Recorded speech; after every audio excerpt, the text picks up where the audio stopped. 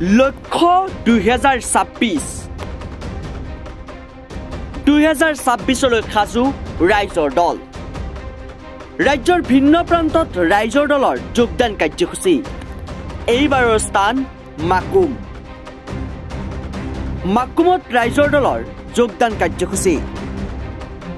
ৰাজ্যত সমাগত পঞ্চায়ত নিৰ্বাচন ঠাই বিশেষে সাহস বিৰোধী ৰাজনৈতিক দলে আৰম্ভ কৰিবলৈ ধৰিছে ৰণনীতি কৌশল সমান্তৰালভাৱে এইবাৰ মাকুম সমষ্টিত ৰাইজৰ দলৰ ভেটি শক্তিশালী কৰিবলৈ আজি মাকুম যুগল কিশোৰ কেচান ভৱনত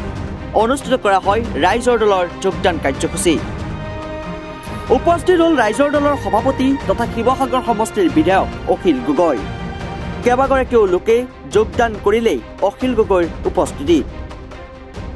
ভাষণ প্ৰসংগত অখিল গগৈ ক'লে মহিলাসকলক মাইক্ৰ'ফাইনেন্সৰ ঋণ মাফৰ বিষয়টো উত্থাপন কৰি মুখ্যমন্ত্ৰী ডক্টৰ হিমন্ত বিশ্ব শৰ্মাক চোকা ভাষাৰে সমালোচনা কৰিলে শিৱসাগৰ সমষ্টিৰ বিধায়ক তথা ৰাইজৰ দলৰ সভাপতি অখিল গগৈয়ে আৰু ক'লে আপোনালোকে মুখ্যমন্ত্ৰীৰ গালত চুমা খালে নহ'ব আমাক ঋণ মাফ কৰি দিবনে নাই মুখ্যমন্ত্ৰীক প্ৰশ্ন কৰিব লাগিব অহা মাৰ্চ মাহত মই আপোনালোকক অৰ্থাৎ প্ৰায় 20,000 মান মহিলাক ডক্টৰ হিমন্ত বিশ্ব শৰ্মাৰ ঘৰলৈ লৈ যাম আৰু সুধিম আপুনি এইসকল মহিলাক ঋণ মাফ কৰি দিম বুলি প্ৰতিশ্ৰুতি দিছিল সেই প্ৰতিশ্ৰুতি কেতিয়া পূৰণ কৰিব অৰুণোদয়ৰ নামত বা বৃদ্ধ পেঞ্চনৰ আৰু লগতে অংগনবাড়ী কৰ্মী সহায়িকাসকলে যিকেইটা পইচা পায় সেইকেইটা পইচাৰে পৃথিৱীৰ কোনো মানুহে চলিব নোৱাৰে মুখ্যমন্ত্ৰীৰ বিৰুদ্ধে তীব্ৰ ভাষাৰে সমালোচনা কৰি সভাত উপস্থিত থকা সহস্ৰাধিক মহিলাৰ সন্মুখত ভাষণ প্ৰদান কৰিলে ৰাইজৰ দলৰ সভাপতি অখিল গগৈয়ে মানে যিবিলাকৰ 50,000 টকালৈকে ধাৰ আছে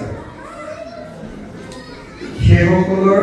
ধাৰ মৰা যিবিলাকৰ 50,000 টকালৈকে ধাৰ আছে তেওঁলোকৰ ধাৰ মৰা কামটো এইবাৰ সকলো সোমালে নে নাই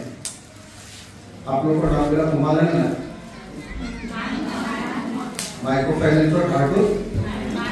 মাৰিলে নে নাই নাই বাৰু কম পাব আছে এতিয়া আপোনাৰ হা আৰু কিমান আছে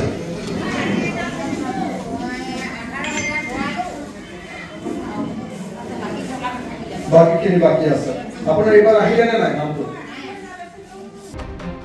লগতে আগন্তুক পঞ্চায়ত নিৰ্বাচন আৰু 2026 চনৰ বিধানসভা নিৰ্বাচনৰ প্ৰসংগত মন্তব্য কৰিলে অখিল গগৈয়ে 2026লৈ ৰাইজৰ দলে কঁকালত টঙালি বান্ধিছে বুলি সংবাদ মাধ্যমৰ আগত উল্লেখ কৰিলে অখিল গগৈয়ে মানে বিভিন্ন দলৰ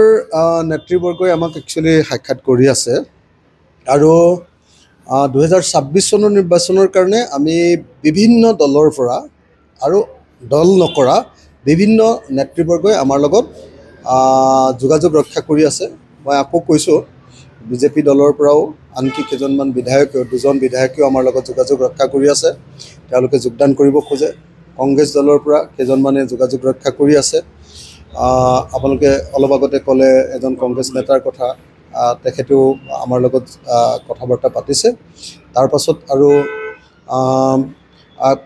আপোনাৰ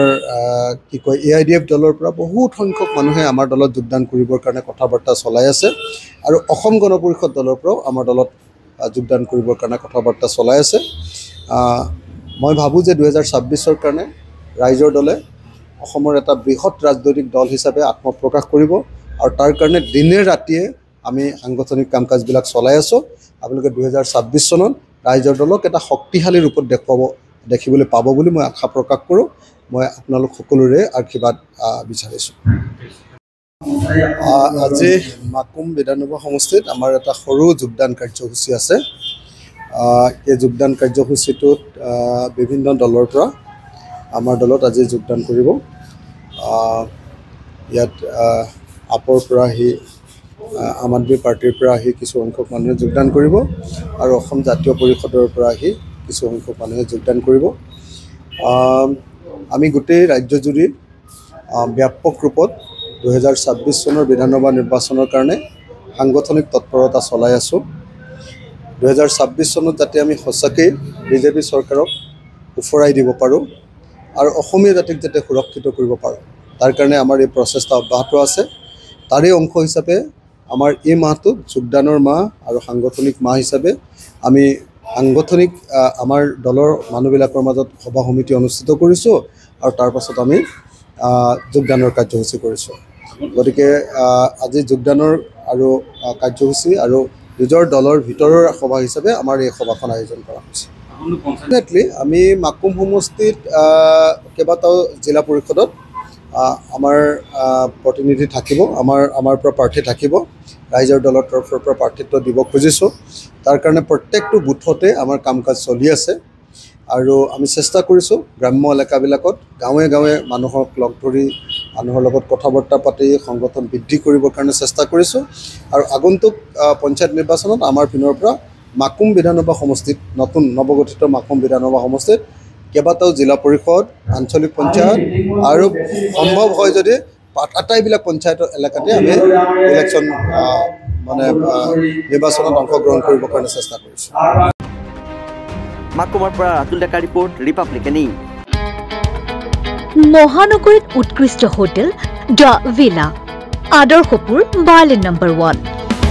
কাহিলীপাৰা সৰ্বশিক্ষা অভিযানৰ কাৰ্যালয়ৰ কাষতে হোটেল দ্য ভিলাত আছে উৎকৃষ্ট মানৰ সা সুবিধা, য'ত আছে আটকধুনীয়া কোঠা, লগতে পাব লাক্সাৰী সুইট আৰু ডিলাক্স ৰুম। তদুপৰি ৰেষ্টুৰেণ্টত পাব আপোনাৰ মন পচন্দৰ সুস্বাদু খাদ্য আৰু পাব বাৰ আৰু ছুইমিং পুল। দ্য ভিলাত পাব আপুনি নৈসংগিক পৰিৱেশ আৰু সুস্বাদু খাদ্যৰ সম্ভাৰ।